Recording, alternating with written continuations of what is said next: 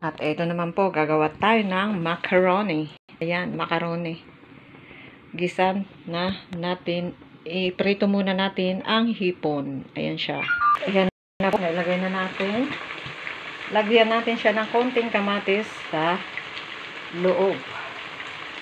At ating cover for 10 minutes or 5 minutes. It depends pag naluto siya. At lagyan muna natin siya ng konting hipon. Ito, nagisa ko na. Konti lang. Ayan. Para lumasa siya. Konti lang. Pampasarap.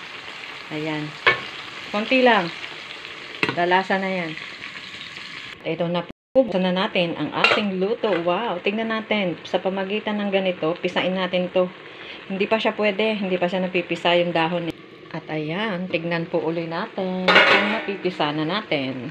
Tignan natin kung mapipisa na natin. Ayan, ayan na siya, kumukulo. Sarap. Yummy. Wala siyang tubig. Konti lang. O, diba? Ayan.